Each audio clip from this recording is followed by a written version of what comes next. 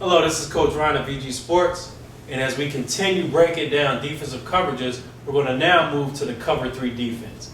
Now, when you're watching football, a lot of the zone blitzing that you're seeing, a lot of the so-called pretty coverages or unique things that you see special defenses running are actually cover 3 base type defenses.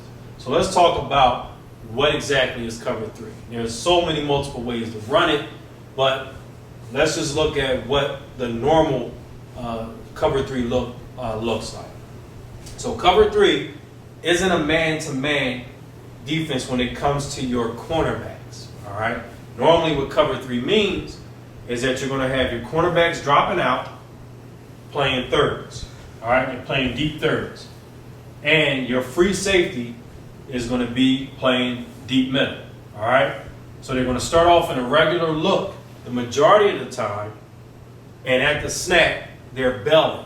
Now, what you normally see if you're watching football on Sundays, or even if you're watching college football, and really, to be honest, no matter what level, what you'll normally see is this strong safety starting to step down. You'll see him come down, and while you'll see him coming down, you'll see this free safety starting to sneak over, and then he'll sprint to the hole in the middle of the field. All right. And that's normally what your cover 3s look like when you're watching football on television, whether it's college or pro football. So when you see your Ed Reeds out there, you see your Troy Polamalu's, and you see even Brian Dawkins in his heyday, when you see them guys, just sneaking over and then just shooting to the middle of the field and always making plays, it's because they're in some type of cover 3, more than likely. Not all the time, but more than likely, you'll see them corners bail out, see that safety drop to the middle of the field. That's your normal cover 3. It's a zone defense, and it's very good at allowing the defense to then run all types of zone blitz type schemes. Blitzing out of it in general, all right, is going to weaken the actual coverage. Just coverage by itself, all right, tells you it has all types of holes. If we're trying to blitz up front with our weak side linebacker, our will, and our ends over here, we're leaving all this open because this safety has to drop to the hole. So all this offense has to do is send this man to the slant. So we need to try to add some type of protection under there. So that's why they don't really blitz too much. You shouldn't really blitz too much when running the cover 3 because you need to protect against the hots. So you'll also see a lot of will linebackers dropping to prevent the offense from attacking this sweet spot between the corner running to a third and the safety running to drop to the middle of the field. So that's your initial sweet spot. Same thing here. On this side, you'll see the strong linebacker, the Sam linebacker. If he comes up, that's fine, but this strong safety is replacing him in order to prevent any quick breaking routes, or you'll have this receiver come up and he may break out and then come right back in, and the quarterback can say, hey, we got him on that quick little outbreaking route or that double move. When we go to hit back inside, that safety's down there to collision that route and make sure that doesn't happen. All right?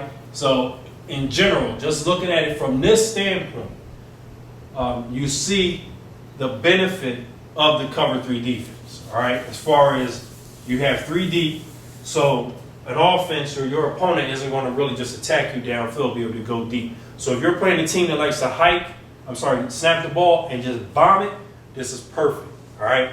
Call the cover 3 based on the side that you think they're going to throw the ball to. If you have a right-handed quarterback, the offense that you're playing, the team that you're playing, is just hiking the ball and then throwing to their receiver to the right side of the field, make sure that you have your safety rotating over to that way. All right?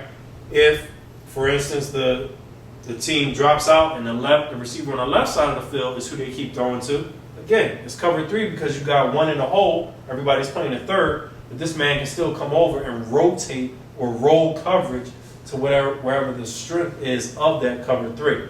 We have one deep safety as normal. We have both outside corners playing a third.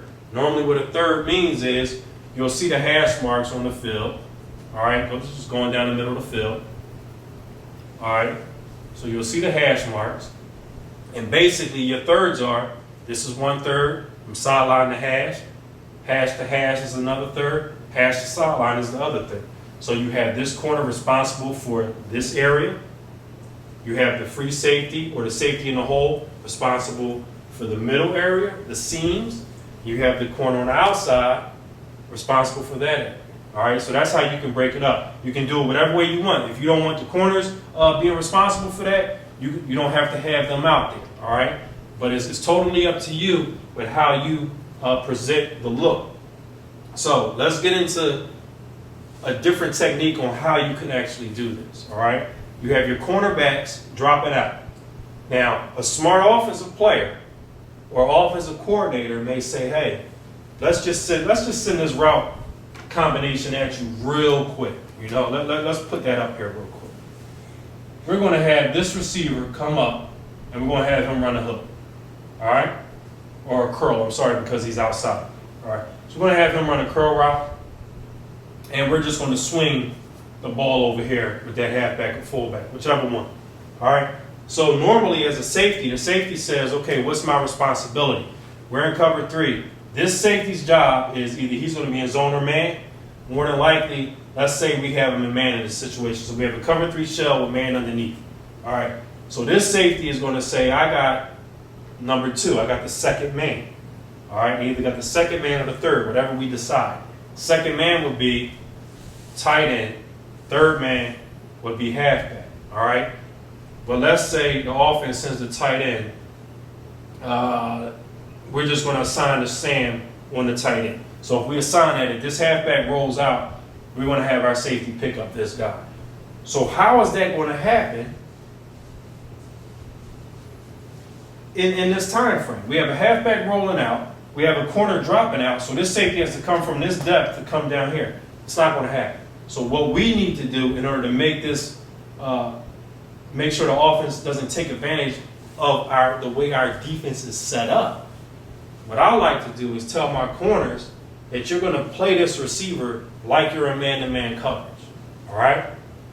And what that means is you are in zone. All right? But I want you to bump him and press him as if we're playing man-to-man. But your job is to still run out. So if he's going vertical, you're still going vertical, but you can show man. The only thing is you're in zone. You're still responsible for that third. If he was to sit here as a corner, I don't want you sitting. I want you to get back. That's your job, is to get back and play that third, because they may send someone else up. But you have to get back. So I play zone more like a zone defend. So we're playing that zone. We're pressing and defending that so the offense doesn't know exactly what we're doing. And we're shown, but we're still in our cover 3. So that's another way that you can do it to hide what your actual coverage is and make it harder for that offense to figure out what you're doing. The better you are at disguising your coverages, the harder it is for your opponent to try to pick you apart. They may say, hey, they just running some type of 2 deep with a corner running off and a safety just running to the opposite side of the field and think that this safety just didn't get over fast enough. All right? That happens, you know, and then they wind up making a mistake saying, hey, we're just going to throw in here because this guy isn't getting over fast enough. We'll just send 2 guys down the hole. Again, we're still going to press hard, and then we'll have this man in here to play that second man trying to run up the field while the safety still comes over. So you have all types of options that you can use when running this cover 3. This is the normal base setup, is you're going to have both corners running out as you see, and you're going to have your safety rotating to the middle of the field. All right. Now, real quick, let's go ahead and get off of that setup. All right, and we're going to now look at just one variation of how else you could actually run this cover 3. All right, we're going to look at another easy way, and we're going to look at what is called the Tampa 2 look.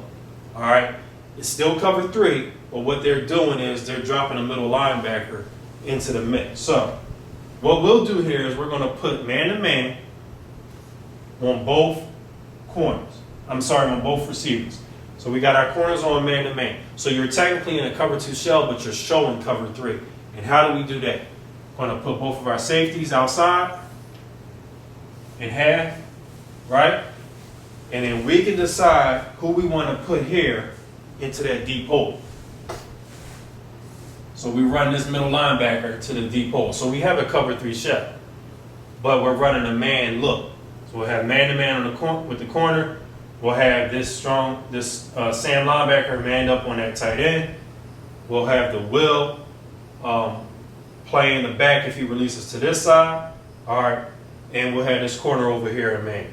All right. So this is just a simple variation. This is a cover 2, but you're showing you have a cover 3 principle, which really still is cover 2, but because you have this third man dropping into the hole, it's a cover 3. It's not normal, but it is something that you can do. Or let's keep it as this. You know, I said I would go into one look, but let's go ahead and look at another option that you can have here.